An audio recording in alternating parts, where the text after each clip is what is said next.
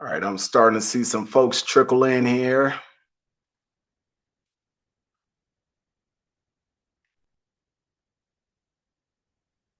Let's see, we got Eric here, we got Tasia, Miss Rice. What's going on? How you doing?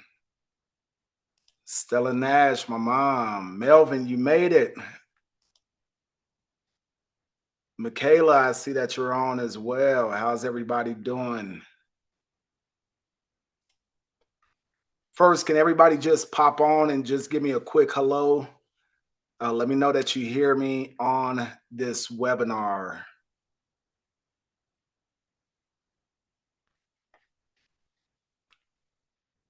Just give me a quick chat if possible.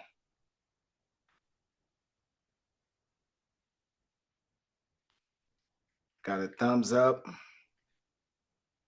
Got one from Tasia. Got it from Miss Rice here.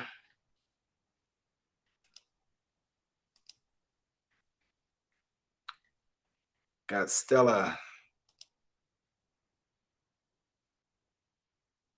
Now this is weird because I wanted to do the Zoom here.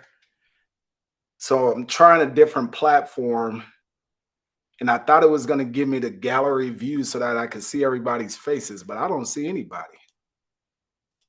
But apparently you guys can see me. So let me see if I can. It's one of those times that I need a moderator. This is where I need my daughter, Tasia, help me here. How come I can't see anybody? Speaker view. Oh, here I was thinking I was being smart with it and going into webinar mode. I didn't know webinar mode didn't have cameras, so I should have just probably kept it as a meeting mode. So I apologize to everybody on this. My thought was switching platforms. So those who were on the last webinar, there was no video. So I figured going to Zoom, I would be able to make it a little bit more engaging here, so that I could see your faces and feel your energy. But obviously, boo boo by me. I do have a doctorate, but I don't have a doctorate in technology. So we're just gonna have to bear with it, bear through this one. You're just gonna have to look at my face, but I can see everything in the chat. Um, Tasia, you're gonna have to help me next time get this set up so I can see everybody's faces. So I apologize, and yeah, we're just gonna make it happen here. So I see that we have about 8 people. We got 10 people on. We had about 30-something people register. I know a couple of people just registered to be able to get this information and have me send it over to them afterwards. So that's fine. But I appreciate you guys taking the time to come out tonight and listen to me talk a little bit about this topic on affordability. Um, I will start this seminar by saying this is one of the most important topics to me when it comes to real estate. Now, when folks are thinking about doing a home purchase, they always come to me first. Or I should say 90% of the time they come to the real estate agent first. And Melvin can attest to this because we just had this conversation last night. I always tell all of my buyers or my clients the most important piece of this puzzle is not the agent that you choose, but how do you make home ownership affordable? How do you leverage monies to make ownership as easy as possible from a fiscal standpoint?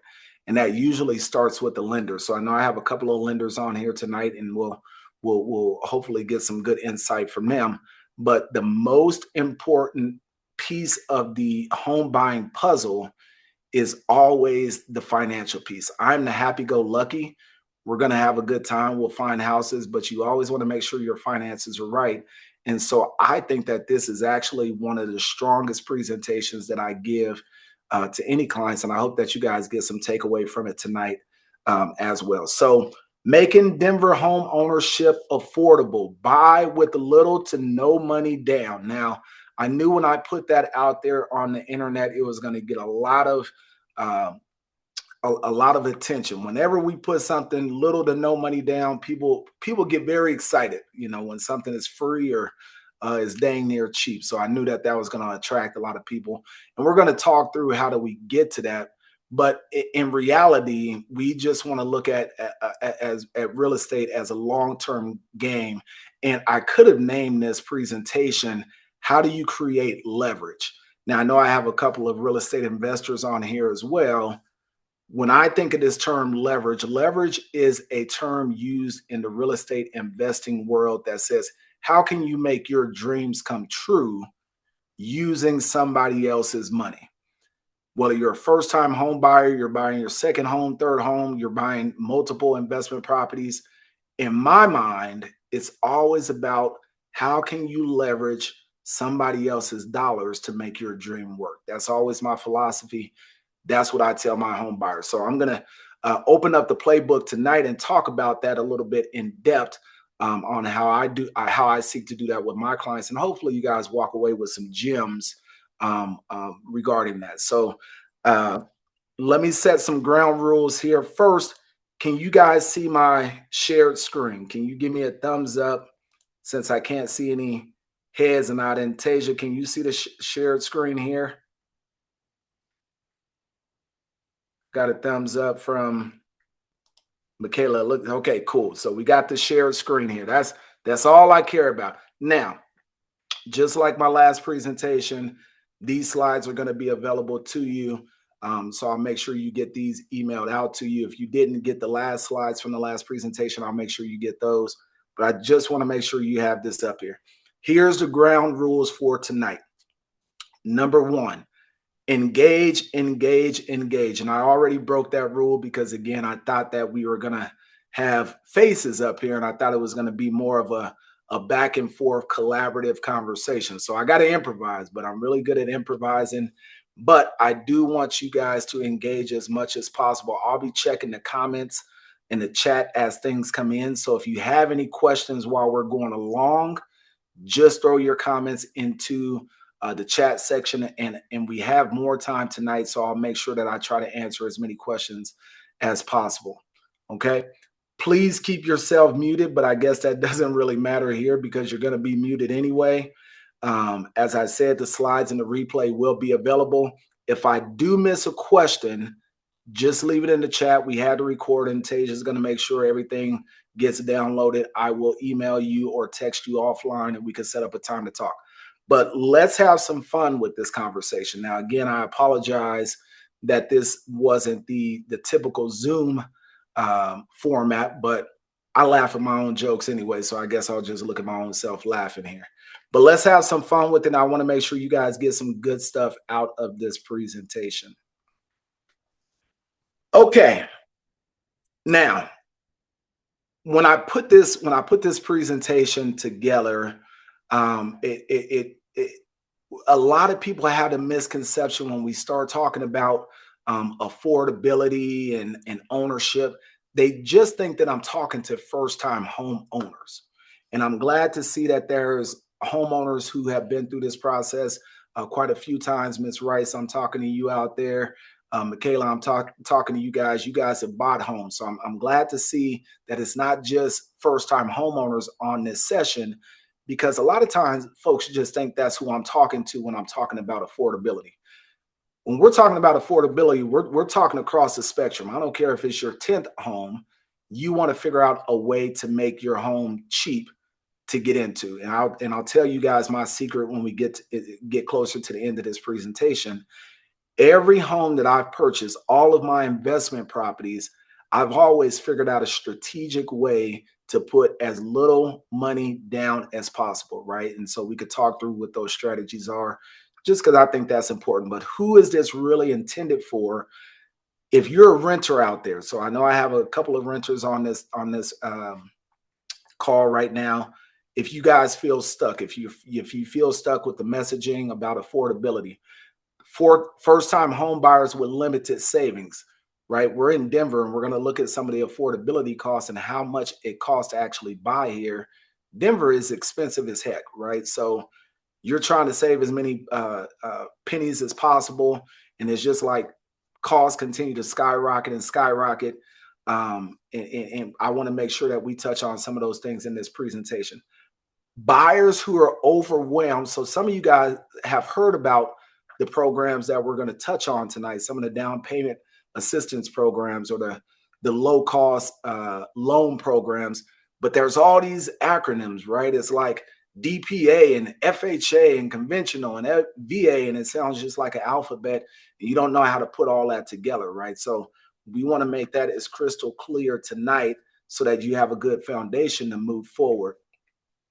And then anybody who's seeking clarity on moving forward from renting to owning, or just looking for clarity on how to make their next purchase. So that's who this seminar is set up for.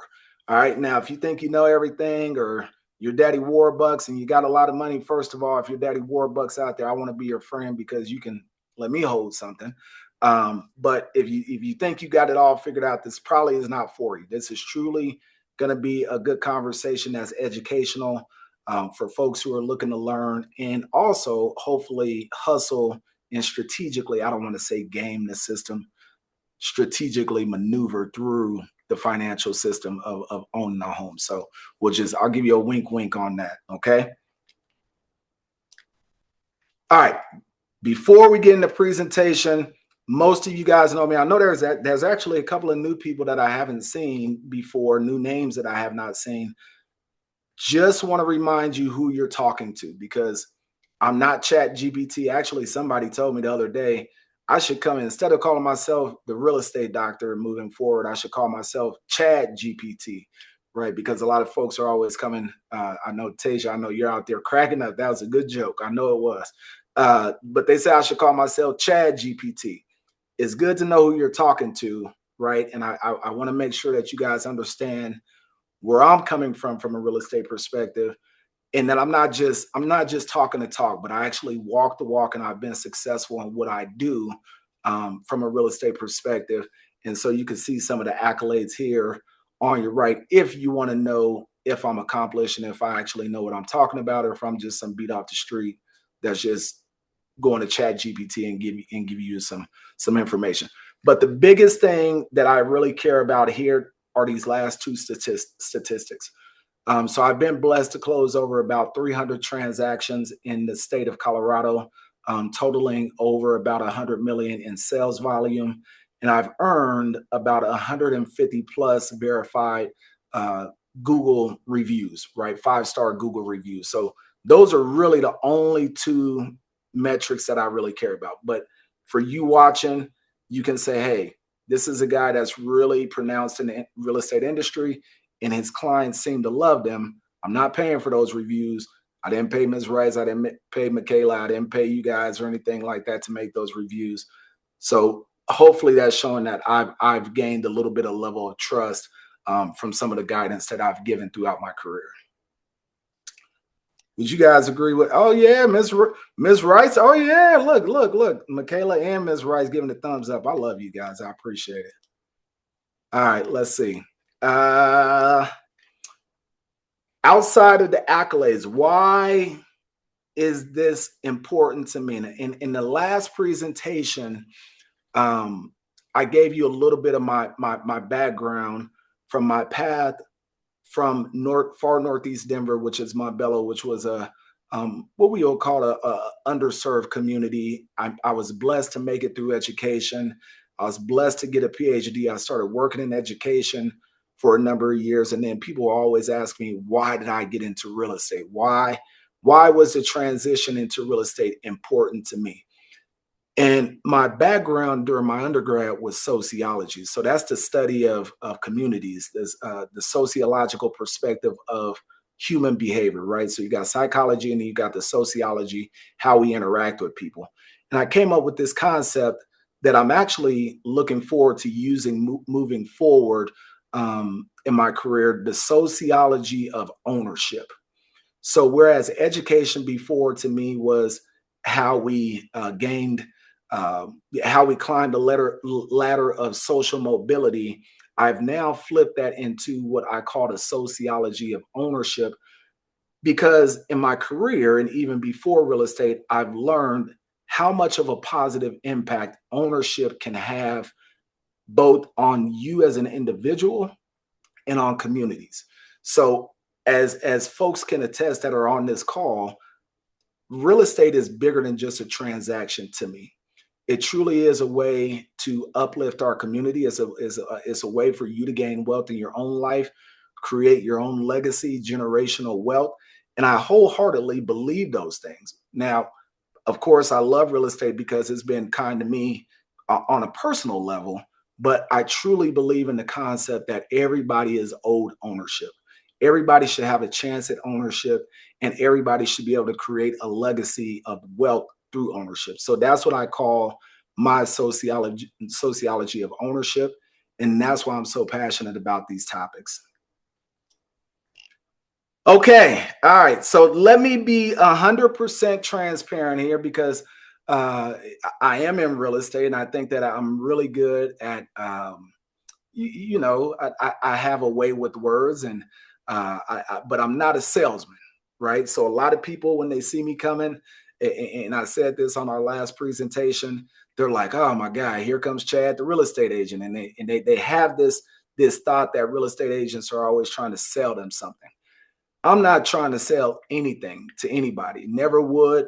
That's not what real estate is about to me. If you ever want to work with me, you work with me. If you don't, if I can educate you, I'm doing God's work through that. So that is always my goal. But I'm going to tell you, I'm going to be transparent here and let you know that at the end of this, I'm going to make an offer to you. And this is not an offer for any money. This is not an offer for anything other than saying, if any of what I talk about tonight resonates with you at any point in time, I would love to sit down with you and talk about how do we start crafting what I'm calling this down payment power plan. How do we start crafting a pathway for you to enter into ownership using some of the concepts that we covered tonight? So that is the offer I'm going to make at the end of this, is just a free consultation.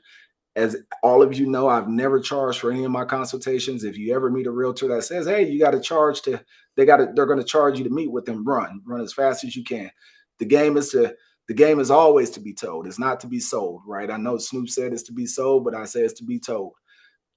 I am here to just share as much information as I can, abundantly. So if you want to take advantage of time to meet with me after this session tonight, I'm certainly happy to do so. So we're calling that the down payment power plan.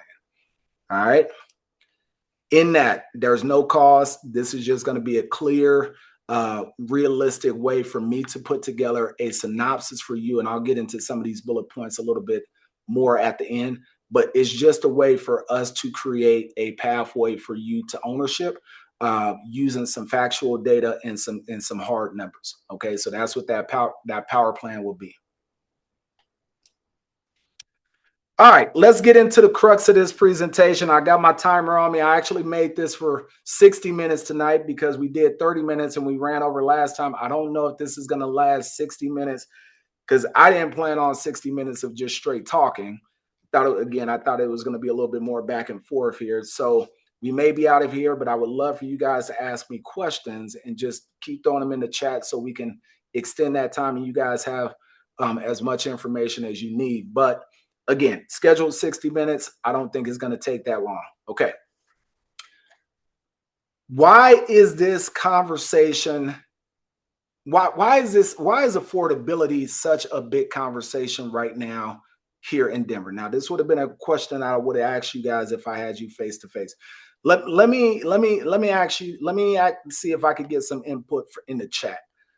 Why is this conversation around affordability in Denver so prevalent? Why is that word, the A word, such a big topic? Let me see what people are saying in the chat. Why is affordability such a big topic in Denver? I'll give people a couple of people to kind of type out some thoughts.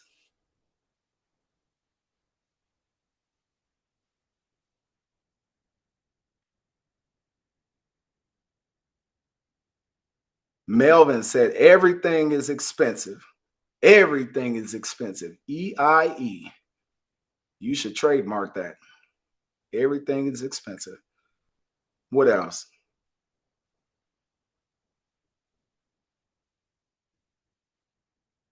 God, I wish we would have had this back and forth. I'm sorry about that, guys. Anybody else on here?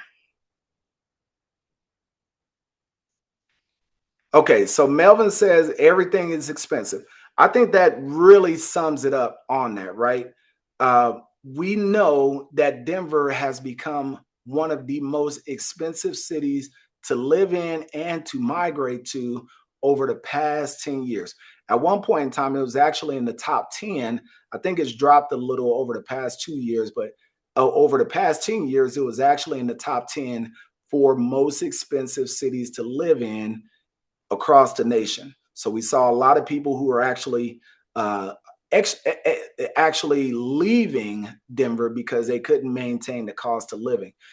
And with that, real estate was extremely expensive. So you would always see those gifts on social media where people were comparing what a $500,000 house looked like in Denver, right on East Colfax, compared to a $500,000 house down there in Georgia where Miss Rice is at, and it looks like a mansion, right? And people would just kind of crack up and make jokes about it. But that's just a reality. Denver was overly expensive.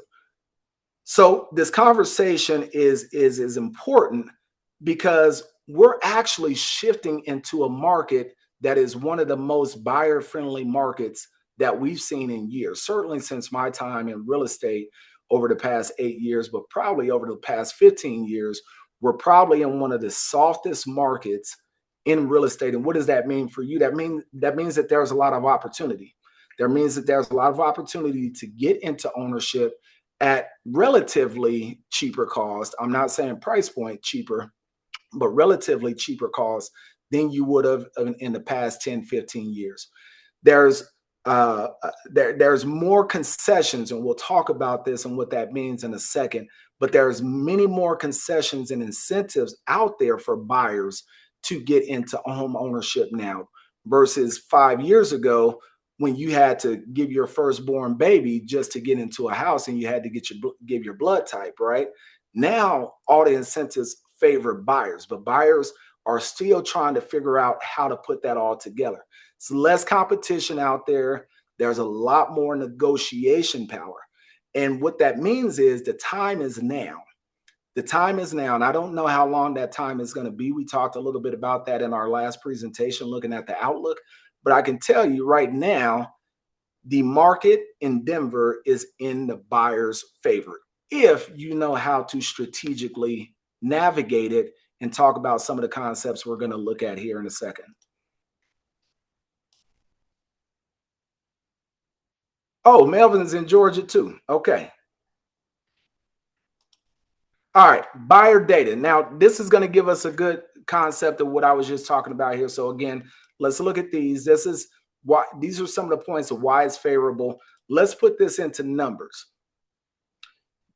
If you were on the call last week, we looked at this data chart. And so this just summarizes everything quickly, but I'll go through it.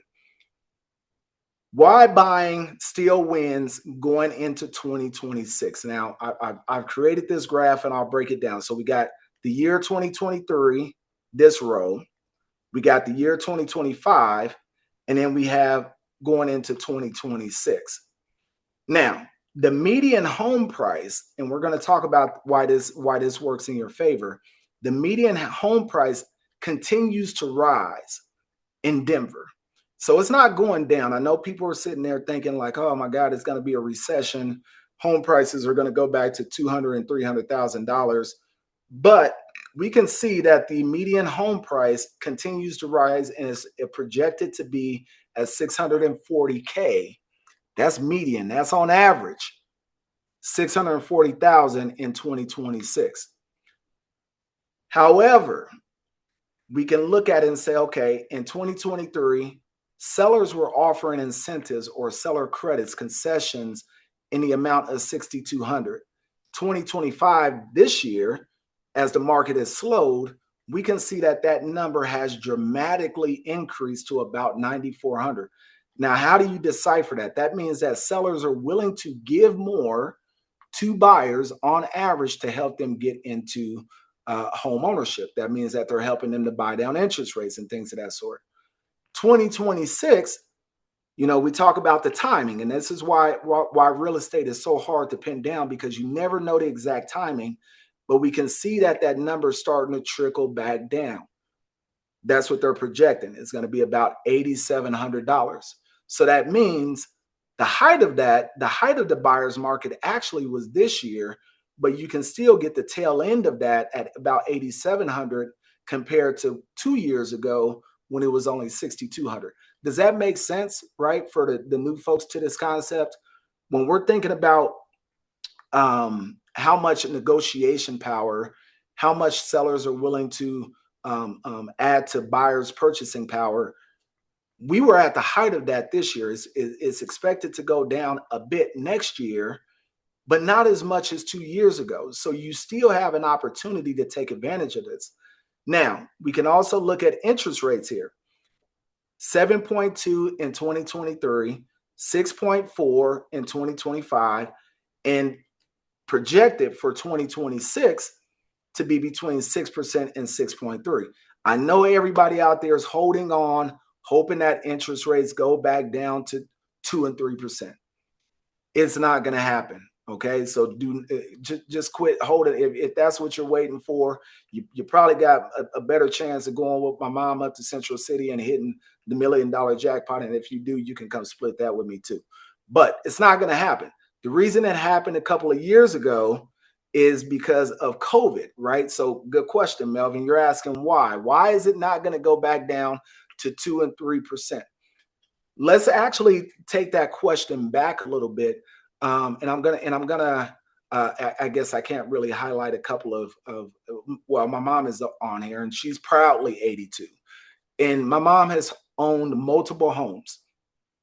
She will tell you that in the 80s, 70s, and 80s, interest rates used to be 10, 15%, right? We're the generation that saw interest rates go down to below tens, right?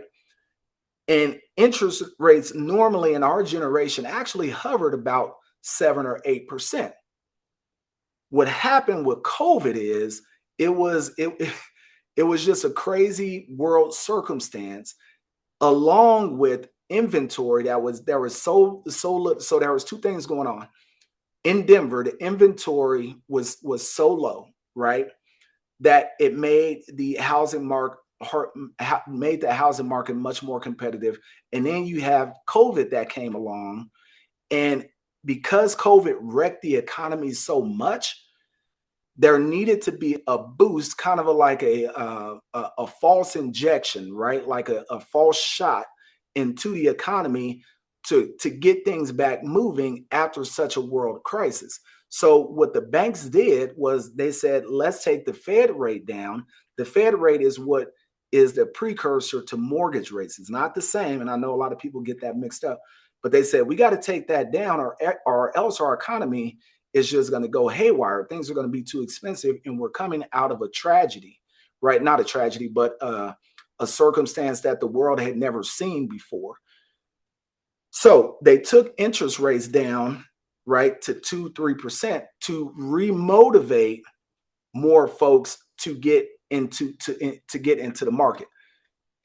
Have we ever seen, when do we, my answer to that, Melvin, would be, you would have to think that there would have to be another world crisis, which there could be, given our political spectrum right now. And I'll just leave that at that.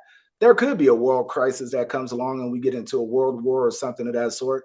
But the likelihood of that happening is very slim to none. Now, you may be thinking back to, well, what about prices? Why won't prices go back down to, foreclosures? Why won't we see a ton of foreclosures out there where we could get homes at 200,000-300,000? This is a simple supply and demand thing. This is economics, right? So when I start talking about the lack of inventory,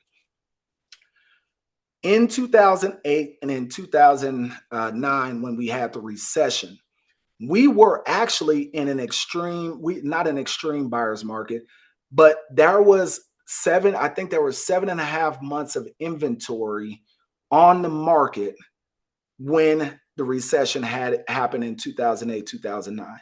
There was a lot of predatory lending, things of that sort that, and it just caught, there was so much inventory out there and not enough buyers, right? That it caused values to go way, way, way, way, way down.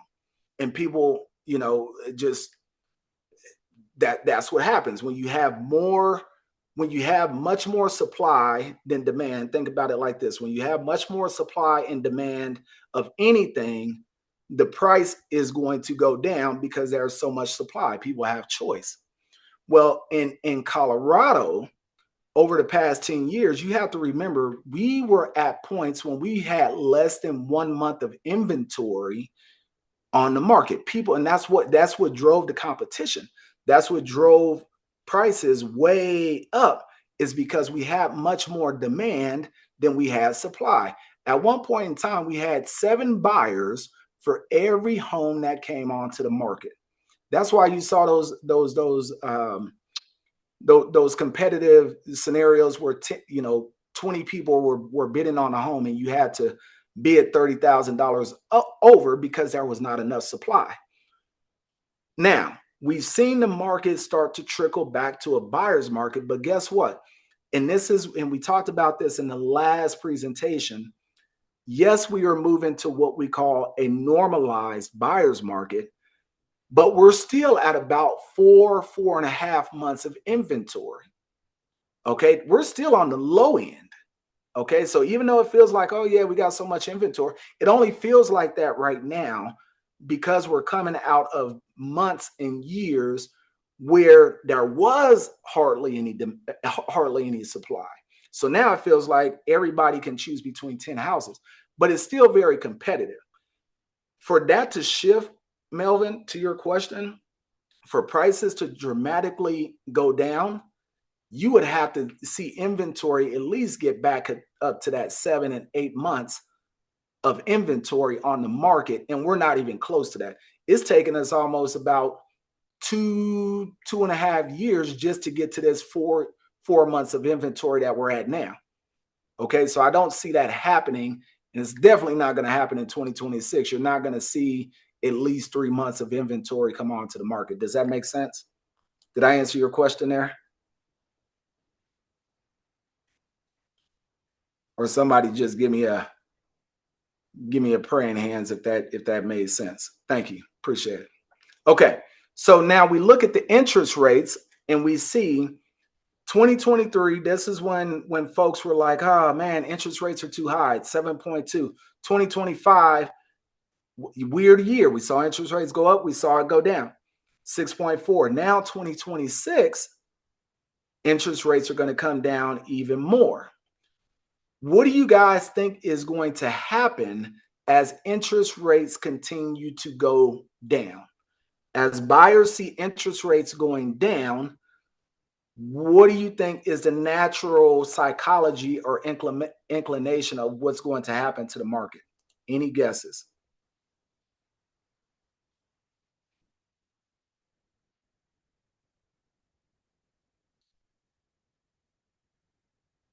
Demand will increase. Absolutely. Demand will increase. So that's Eric. Thank you for that. Demand is going to increase. So Melvin, going back to your point, why I don't think this is going to happen. When people start to see this number go down, all of these buyers that are sitting on the fence are going to jump off because they're like, oh, shoot, I could get an interest rate now at 6% or 5.5%. Let me get into the market. When demand increases, now what's going to happen to the market is that home prices are likely to increase as more because demand increases competition, right? Demand increases competition. And that's why you can start to see this number trickle down, because now sellers are going to be like, wait a minute, we got 2 or 3 more buyers looking at our house. We don't have to give these large concessions anymore. So that's what is being projected. But here's the reality. No matter what goes on in the market, whether it goes up or down, It's a longitudinal game. Real estate is a longitudinal game, and we can see for 5 years owners, on average, if they've owned a home from 5 years prior to 2026, they will still be sitting on $235,000 of equity in Denver. That is a whole lot of money. That is a big piggy bank. Okay. That's why this still matters right now. Now, even I can show this data all day long, right? But here's still the common objections that I hear from buyers every day. And this is why this presentation to me is important. I don't have enough money. I haven't saved up enough money. I always hear, I'm not ready. I'm not certain. Well, I'm sitting here showing you the data of what's going on. Now might be a really good window to jump in and still take advantage of a soft market before what? Before demand goes up. It's overwhelming. I get it. Everything is overwhelming, especially if you haven't done it before, right? Melvin, you and I had that conversation last night, and even some of the things that we were just talking about. It's an overwhelming process. I get it. It's hard to get started, but that's why you have somebody like me in your corner. And I don't want to waste time. I get it. I don't want you to waste your time either. And frankly, me being in real estate, I always want to make sure I am working with the folks who have a clear vision. To me, wasting time is not waiting. If waiting is part of your practical goal, great. But if you're waiting on the if you're just wasting time waiting on the fence, come on, you got to jump off. You got to jump off the fence at some point to make a move and to capitalize on some of these things that are going on.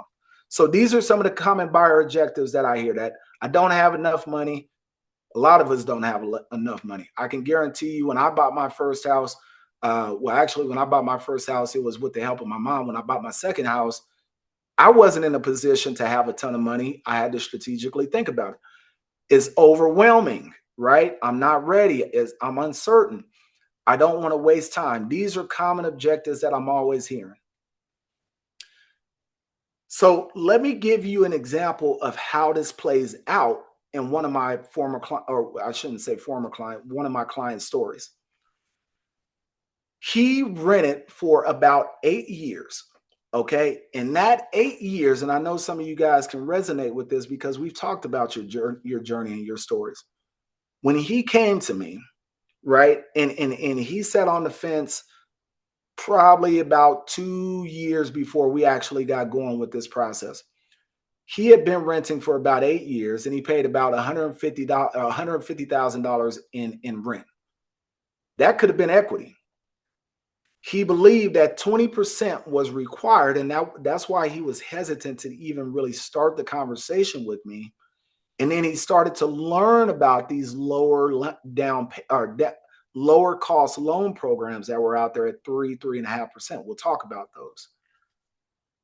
I educated him on how can we use seller concessions and local assistance programs to bring that cost down even more.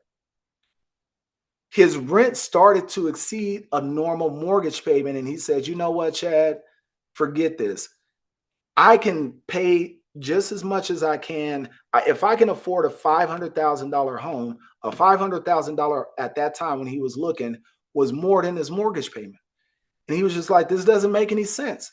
But Chad, you're sitting here telling me that his thought was, I have to have this 20%. I got to have 20%. And then I have to have this extra slush fund to get into ownership. And he was like, I just can't make that happen.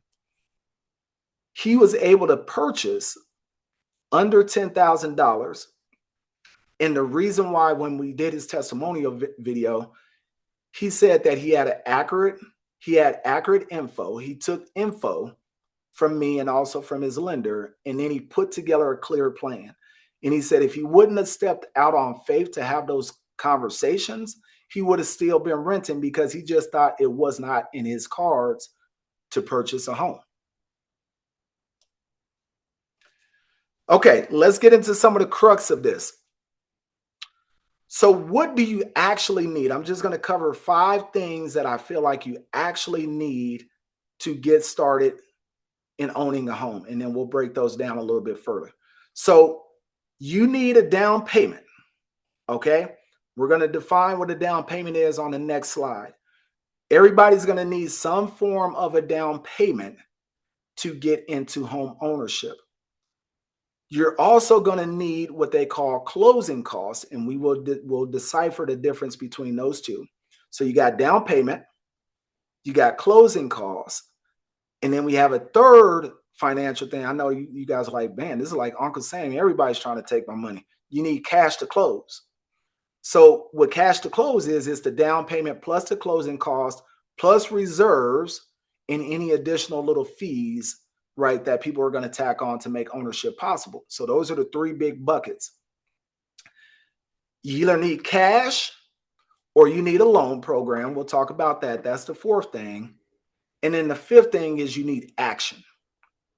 So if we can figure out at least these four buckets, down payment, closing cost, cash to close, and get you into the right loan program, the last piece is on you. The last step is you. It's just action. So now we're going to talk about how do we uncover these four to help you take an actionable step. Let me pause there and see if there's any questions here.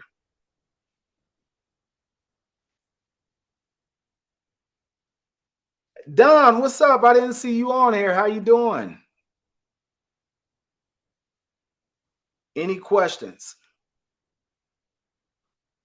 Just going to pause a quick second to see if anything pops up. Thank you, Don. Okay, so let's move forward. And if a question does pop up, I'll come back and answer it.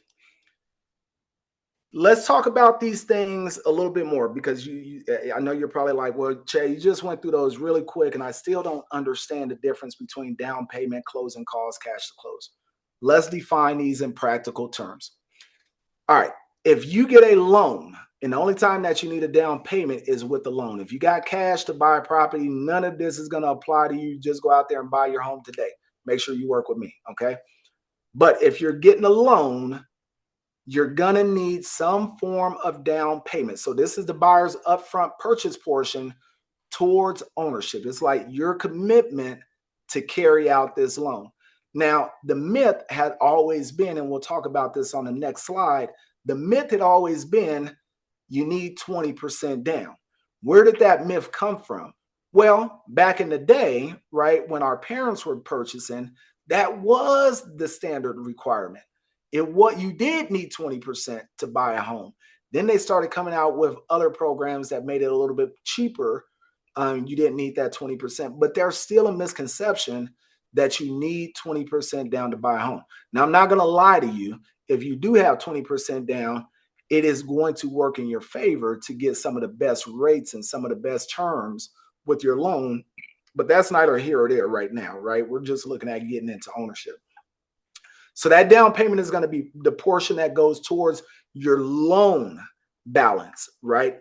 That's actually equity that you're paying to yourself. That goes, and when you get ready to go sell a home or refinance, that money you've put into the home, it comes back to you.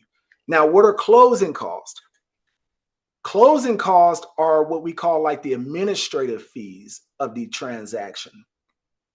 Every transaction is going to have small administrative fees. And yes, I call it like sucker's money, right? Because it's the cost of doing business to make a real estate transaction happen. So you have to pay for an appraisal, right? Sometimes you add in inspection into the closing cost. You got to pay for title insurance, or somebody pays for title insurance. I'm not going to get into all these little things today. That will be for my next seminar. This is the plug for the next one, Home Buying 101. We'll talk about those things. But we got appraisal, title, we got prepaid taxes, lender fees, they want to get paid. We got recording fees if you're getting into an HOA.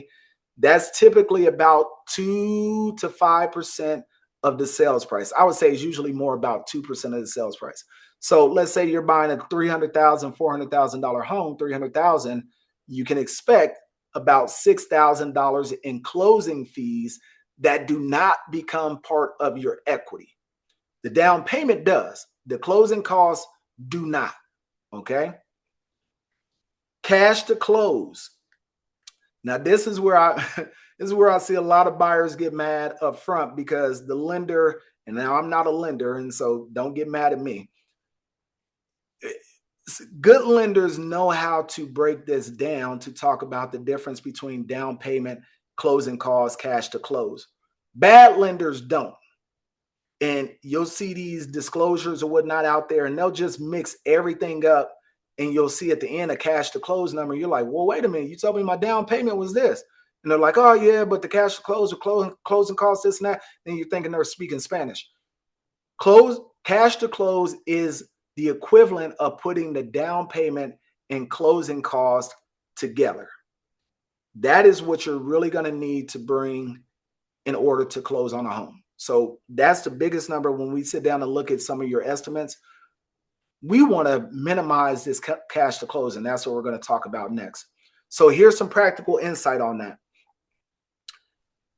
A 3% down loan may actually require less actual cash if we can get credits and grants to reduce the closing costs. That's the key to affordability. And I would even say 5% down payments. If we can get enough credits and grants and DPA assistance, that can actually reduce your cost. You would actually bring a lot less actual cash to closing if we can implement some of these programs into your buying scenario. And that's what we're going to talk about here. So let me pause here. Does anybody need me to redefine down payment, closing costs, and cash to close? This is the big one. If you're ever talking to a lender, you want to know what your true cash to close is. That's the money that's coming out of your pocket.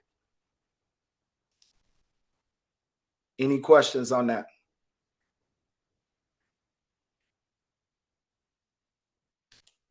Okay, so this is what we are attacking. So let's attack it. Actually, let me talk before we attack it. Sorry about that. So we talk about the things that we're going to need. Let's talk about the different loan types, and then we'll talk about attacking those buckets, those 4 buckets. Let me see. I think somebody had a question here.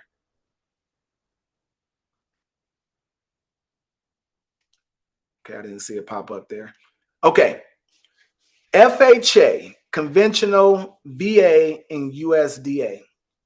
Now, remember I was talking about before, most loans back in our parents' days, they needed those 20% conventional loans, right? That's right here. Well, in order to increase affordability, the government came out with government-backed loans. And let me tell you what the difference between a conventional and a FHA. So FHA and VA, these are government-backed loans, right? They're sponsored by the government to make home ownership more affordable. Particularly, they were introduced into communities that were more underserved and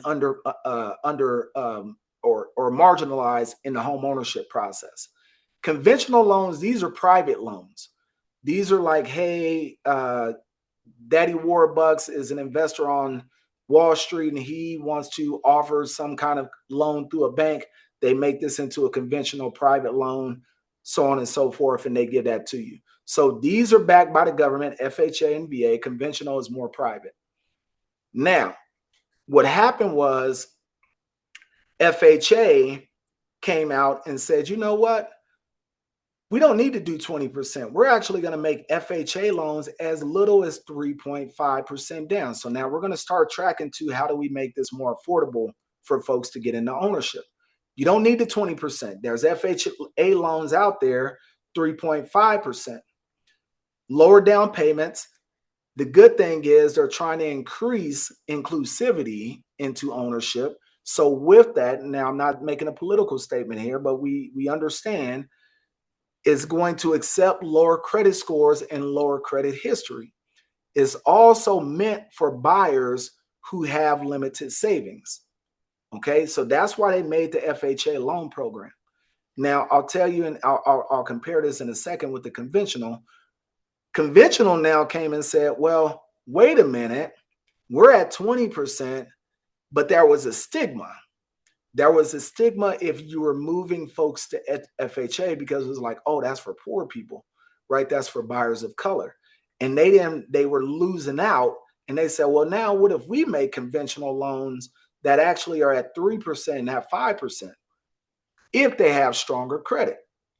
So 3% or 5% down, lower mortgage insurance. This is ideal for buyers that have better credit scores. Now, with FHA, you are typically going to pay a higher interest rate. That's the penalty. The penalty for an FHA loan typically is going to be a little bit higher, right? But you can qualify more. And now some people on here may say, well, wait a minute, my FHA was lower. In some cases, it may be, but they tack on that mortgage insurance, so it makes the payment higher. That's the way they kind of get around that. But typically, FHA is going to have a higher interest rate than a conventional loan. So that's kind of the penalty and the trade-off. You're paying more on the back end instead of paying more on the front end to get into ownership. Okay. Then you got VA. So if I don't know if we have any vets on here.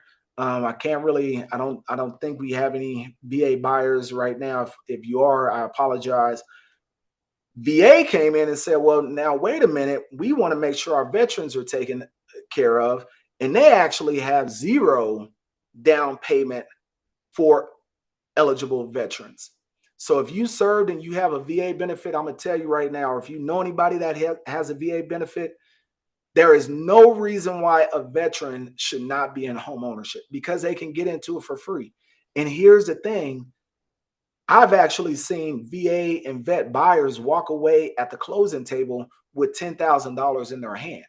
And you're going to be like, well, how does that happen? I'm going to show you if we're stacking these programs, how they're able to walk away with money at the closing table for them to purchase a home. So if you know any vets out there, tell them they need to get their butts into home ownership because it just doesn't make sense not to be. USDA, I know a lot of my buyers aren't really in this, but this is for land. This is if you're looking to establish like farms or barn dominiums and things of that sort. If you have a qualifying loan for a rural program, is 0% down. The reason I'm showing you this is you got 3.5, you got 3%, 0 and 0. This is debunking that 20% myth. Is again, just finding out how do you become eligible for these programs. Okay, now we're going to start attacking this stuff here. So we see we got the loan programs out there, but how do we make it? Because people are still going to say, well, shoot, Chad, 3% is still a lot of money. And it is. 5% is still a lot of money. And it is. Now we need to start thinking about, well, what else is out there to make this dream of home ownership affordable? There are grants out there, and this is part of why when we get together for our power plan, our payment plan consultation to make affordability, this is where we start exploring there's grants, there's literal money out there for certain segments and populations that they want to help you get into home ownership for free. One of the big ones out there is the First Bank program right now. Right. So that is, I think it's like a $15,000, $20,000 grant.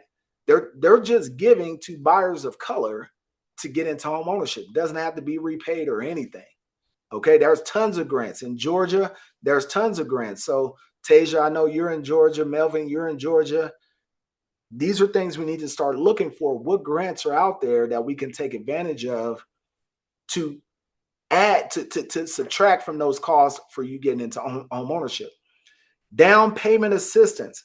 So I know I have a couple buyers on here who took advantage of these programs, DPA programs. So this is what we call down payment assistance programs. These are not necessarily grants. It's not free money. They're what they call silent seconds, right? But what they do is they'll say, okay, you know what? You might get a 3.5% FHA loan, but we're going to give you a silent second loan that covers maybe 2.5%, 3% of that we're going to tack on to your mortgage, and you're not paying any interest on it. Okay, so in Colorado, that program is called CHAFA. The biggest one is called CHAFA. You also have the STARS program. You also have the Metro DPA program. These all work in different ways to help lower down payment. Okay, so grants, this can go towards down payments. This can go towards closing costs because it's free money. This is just down payment assistance, right? This is just going to go towards that portion of your loan that you need to bring up front. It's not going to go towards your closing costs, but we're going to talk about that in just a second. So tons of down payment assistance programs out there that we need to research to see if you're eligible. And I can almost guarantee you there's a program out there for everybody. Now, I told Melvin this last night. How many people out there, let me just ask a quick question. How many folks out there believe that there's a first-time homeowner program? Just say yes or one if you think that there's a homeowner program, first-time homeowners program. Ellery, okay. Tasia, Melvin, I see. I wish we could have this back and forth here. I hate to bust your bubble, folks. There is no first-time homeowner program. Okay. Now you might see marketing, and this is how they get you. You start clicking on social media ads, and you get the 1-800 number that says, call us for our first-time homeowner program. There is no single first-time homeowner program. There's not one that covers all first-time homeowners. What folks are doing, and maybe I should talk about this after I talk about the rest of these, what folks are doing are saying, how can we package these things up to create our own first-time homeowners program? So you might see a first-time homeowners program for police or firemen or for educators, right? Or folks that live in a certain neighborhood. All they're doing is mixing and matching these different programs to create these incentives to help you get into home ownership, because they know your profile likely qualifies for some level of down payment assistance as a first-time homeowner. So I'm not going to say that there's not first-time homeowner programs out there.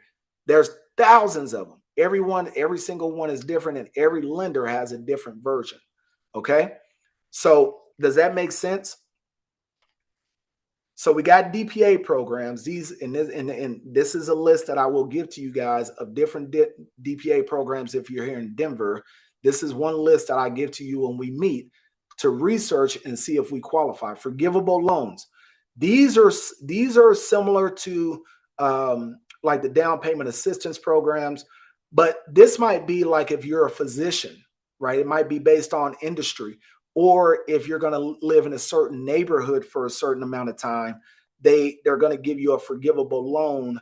Let's say you stay 5 years in Montbello, they're going to give you a loan to say, hey, thank you for helping us to revitalize Montbello as a community. And then we got seller concessions. This is what helps to pay down what we call the closing cost. Okay. So when we start stacking these things, and then you'll see how this works in just a second. You got the down payment assistance. This goes to down payment, the down payment. You got grants that can go to anything. Forgivable loans.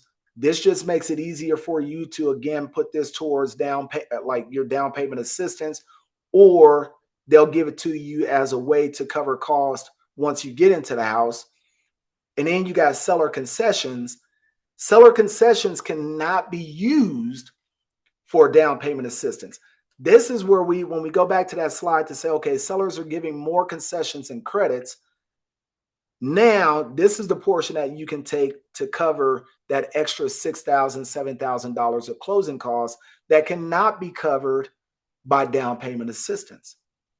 So now we got to figure out, okay, strategically, how do we put all of these together? And that's the layering tool that many buyers are using today. A lot of my buyers are getting into home ownership with less than $5,000 because we're strategically figuring out how to stack all of these programs together. There's no one magic pill. There's no one program that you can use to lower your cost to less than $5,000. I know I see people on the internet that talk about getting ownership for $1,000. Well, yeah, but you have to be upfront and tell them like, hey, we got to strategically stack all these together for that equation to work out. Okay.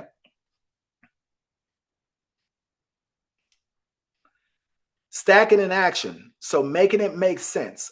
And then we're going to kind of close up here and I'm going to open it up to any questions. So let's look at this 20% scenario here.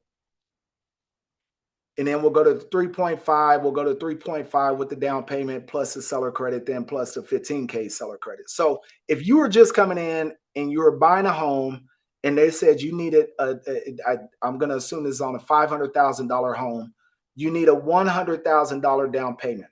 You don't have any down payment assistance. You don't have any credits.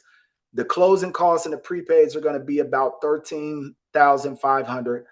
Your cash to close is going to be $113,500. That's with that old myth, right? Now, if we just say, okay, 3.5% with the down payment assistance, okay, your down payment of that 3.5 is going to be 17.5, plus you're going to get down payment applied. So that's going to knock out that 17.5, but now you still got to pay 13.5 in closing cost. Remember the administrative fees. So you're still bringing 13,500 because you're paying these extra costs. Well, now when we begin to strategically stack these programs and we say, okay, Chad got me into a 3.5% loan plus down payment assistance. Plus, we knew with this market, we could get a $10,000 seller credit. Okay, our down payment is knocked off. That 17.5 is knocked off. We get a seller credit of 10,000, which is going to go towards these closing costs. Now we're only bringing $3,500 to the table. And this is what we need to be looking at, right? And if we get really lucky, which you can, you say, yep, 3.5% loan or 3% loan, we're going to get down payment assistance. And we're in a market that we can get 15K seller credit. That's knocking everything down. And you're coming with zero cash to close. When you start thinking about this strategically and you say, look, I want to get into home ownership as cheap as possible, this is what we're going for right here. We're saying, how do we get a loan program, even if it's a 5% loan program, if you can stack all these, you're still coming with less than $10,000 to the table, even if it's a 5% conventional. So this is why this market is working. This is why this market allows this to happen, because you're not getting a 15K credit in a seller's market. They don't need to give you a credit of that amount. Down payment assistance isn't as available as it is now, and most folks aren't taking advantage of it. In this market, all of these things are available to you, and that's what's making this zero down, 3,500 down. And when I talked about the veterans, if they can come with zero down because they don't have any down payment anyway, and they get a $15,000 credit, right? They're walking away with $15,000. That's why I'm sitting here telling every veteran should be looking at this and saying, hey, how can you pay me to get into home ownership? So I'm gonna skip this slide right here. But what we talk about in the meeting when we get together for our affordability consult, we're gonna match what strategy you're looking for to say what we're going to match what your lifestyle is to the strategy that we need to employ to make your affordability as cheap as possible. Here's common mistakes that cost buyers money. Waiting for 20% down. If you can save 20% down for a house, you probably don't need to be thinking about buying a house. You could go do a lot else with that money, right? Because if you're good at saving that much, I commend you, because things are so expensive, like Melvin said. Choosing down payment assistance. This is important. Choosing down payment assistance programs by just simple marketing. There's a lot of scams out there. So there's some reputable down payment assistance programs. There are some scam programs out there. And you need to make sure you're working with somebody that can guide you to say, hey, is this legit? Because you don't want to get stuck with a silent second that can foreclose on your home because they say, hey, yeah, we're silent for 5 years, but if you don't pay us back or refinance in 5 years, we're going to balloon your payment up double or make your interest rate double than what your primary mortgage would be. Also, do not focus on zero down programs by themselves. Okay, now I know we went back, we just looked at this slide and it's like, oh, this looks good, right? This number looks great. Yes, we stacked it to get there, but there are loan programs and there's lenders out there that will try to get you with these zero down loan programs, right? Zero down payment loan programs. They're scams. And that's where we start to see a lot of predatory lending coming back into play.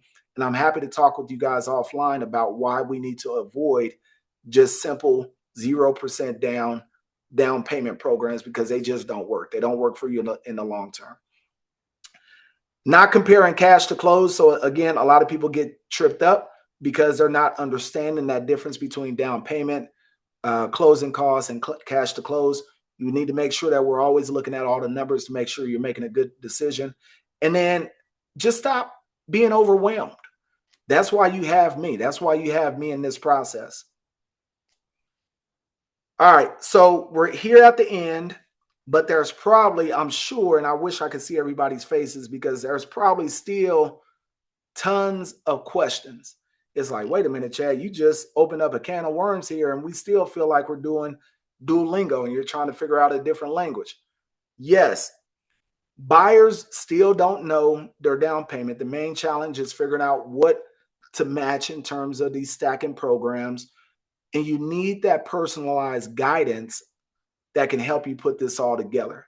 So, like I said from the start, this is what I offer. I'm offering to anybody who comes on to these webinars, to any of my clients.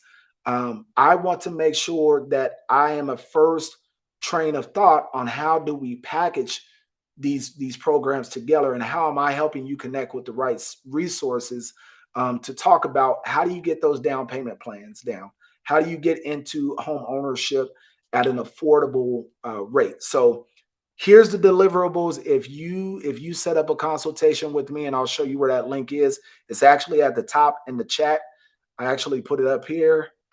You can get to my calendar there. These are the deliverables that I promise that you will get. You'll get a personalized overview just for yourself because everybody's going to be different. We will talk about your cash to close estimate. We don't just talk about down payment. We don't just talk about closing costs. How much are you actually going to really need to bring so that you can think about trying to save? We are going to explore in depth the different assistance programs that are out there. That's a whole nother seminar. But if you set up time with me, we will go through one by one to find a program that works best for you. I will make sure you understand concessions and credits, and I'll give you a strategy of how we will attack that once you're ready to go on to once you're ready to start looking on the market. And then, and Melvin can attest to this because we talked about this last night, once we get through this process of determining your financial background, we will talk about the target areas and the price points that fit that in your grand vision for home buying. Okay. So that's what that down payment power plan would consist of. I'm happy to set up time with you, 30 minutes to an hour, just to give you a good game plan. I don't care if you're buying in 3 months or in 3 years. It does not matter. We can start that game plan now so you can start figuring out some of those mathematics around ownership. And as a gift to you, this is the last piece here, and I'll open it up for questions. I know you can't see this here. The most important person in the home buying process is the lender. Okay. They are the ones who are going to make or break how much it's going to cost you to get into home ownership. So yes, if you're going to work with me, you get a top-notch realtor. If you're not working with me, too bad. No, I'm just playing. If you're not working with me, get another realtor that knows what they're talking about, but make sure you're really vetting the lender that you're choosing to work with. So the free takeaway tonight, everybody will have access to this, is our lender interview cheat sheet.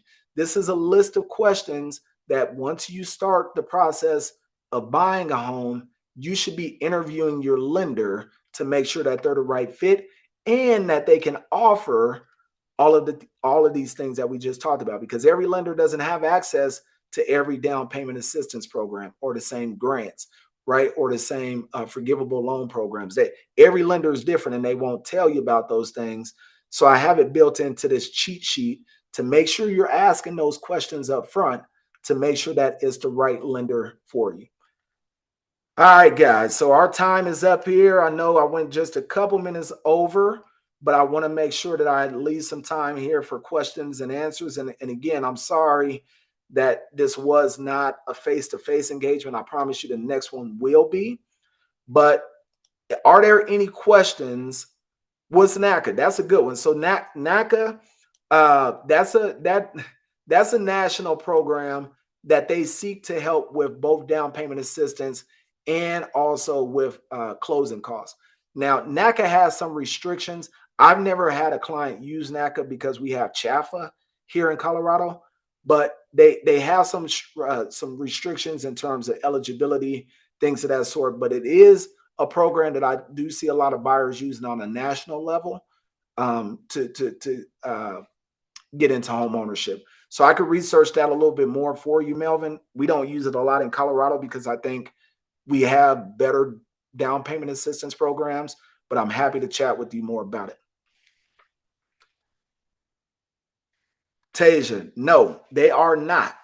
Are USDA loans easy to get? No, they are not, because it's going to be around qualifying land.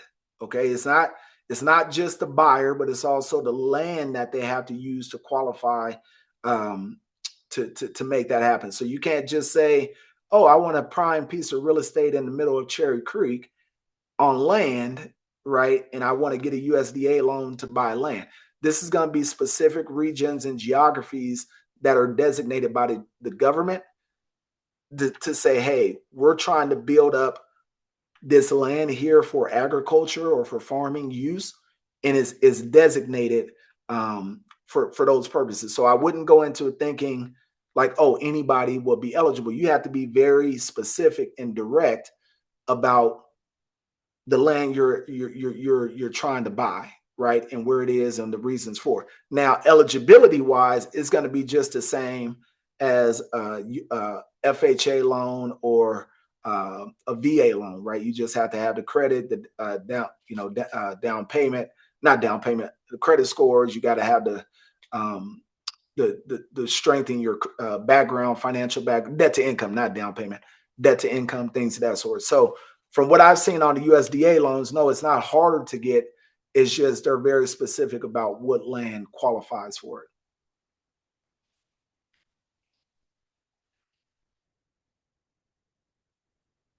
What are your thoughts on DSCR loans for good question?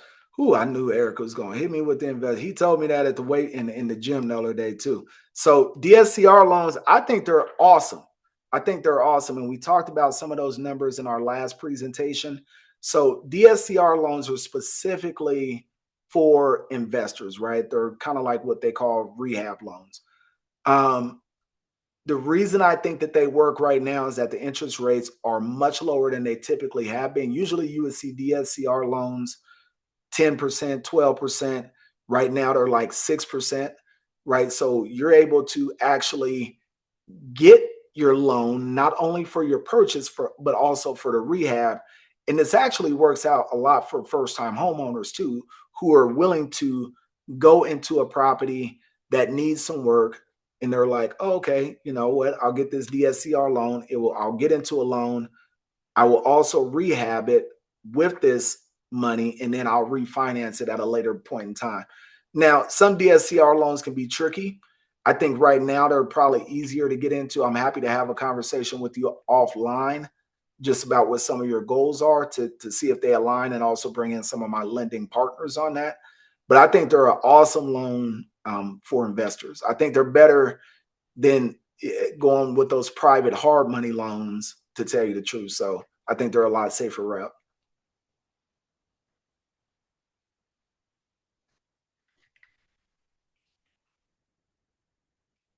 Any more questions?